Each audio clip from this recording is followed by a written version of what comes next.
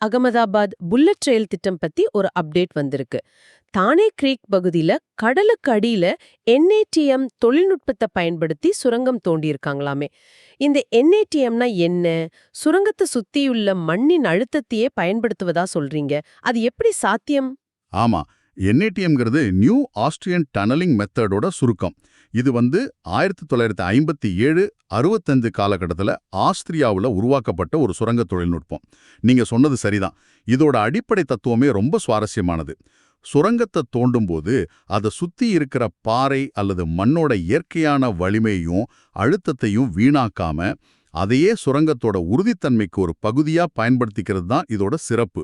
ஓ, வழக்கமான முறைகளை விட இது எப்படி வித்தியாசமா வேலை செய்யுது? தானே கிரீக் மாதிரி இடத்துக்கு இது ஏன் பொருத்தமா இருக்கு? வழக்கமான முறைகள்ல சுரங்கத்துக்குள்ள ஒரு வலுவான கான்கிரீட் கட்டமைப்பை உருவாக்கிடுவாங்க. வெளியில் இருக்கிற அழுத்தத்தை அது தாங்கிக்கிற மாதிரி செய்வாங்க. ஆனா NATM முறையில சுத்தி இருக்கிற மண்ணோட அல்லது பாறையோட தன்மையை தொடர்ந்து கண்காணிப்பாங்க. ம், அதுக்கேத்த மாதிரி தோண்டும் போதே தேவைப்படுற இடங்கள்ல ஷார்ட்கிரீட், அதாவது தெளிப்பு கான்கிரீட் பூச்சு, அப்புறம் பாறை ஆணிகள், ராக் போல்ஸ் மாதிரியான தற்காலிக அல்லது நிரந்தர ஆதரவு கட்டமைப்புகளை நிறுவுவாங்க. இதனால மண்ணோட தன்மைகள் மாறிக்கிட்டே இருக்கிற சிக்கலான நிலப்பகுதிகளில் இது ரொம்ப உதவியா இருக்கு. அப்படியா? தானே கிரீக் பகுதி அப்படிதான். அங்க மண்ணோட தன்மை மாறிக்கிட்டே இருக்கும், நீரோட்டமும் இருக்கும். அதனால இந்த நெகிழ்வுத்தன்மை கொண்ட NATM முறையை அங்க வெற்றிகரமா பயன்பட்டிருக்கு. இது குறிப்பா ஒரு 2 கிலோமீட்டருக்கும் அதிகமான நீள சுரங்கங்களுக்கு ரொம்ப ஏத்ததா பார்க்கப்படுது. இந்த தானே கிரீக் பகுதிக்கு வேற என்ன முக்கியத்துவம் இருக்கு? ஏதோ சரணாலயம்னு சொன்ன மாதிரி ஞாபகம்.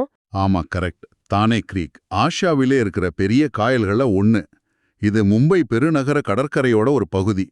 அரபிக்கடல்ல இருந்து உள்ள வர்ற ஒரு நுழைவாயல் மாதிரி. இது மும்பை நகரத்தை நிலப்பரப்புல இருந்து பிரிக்குது.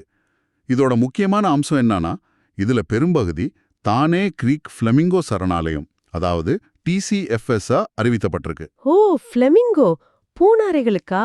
ஆமா, பூனாரை பறவைகளுக்கு இது ரொம்ப ஃபேமஸ். அதோட 2022ல இது ராம்சர் தளம், அதாவது சர்வதேச முக்கியத்துவம் வாய்ந்த ஈரநிலமாவும் அங்கீகரிக்கப்பட்டிருக்கு.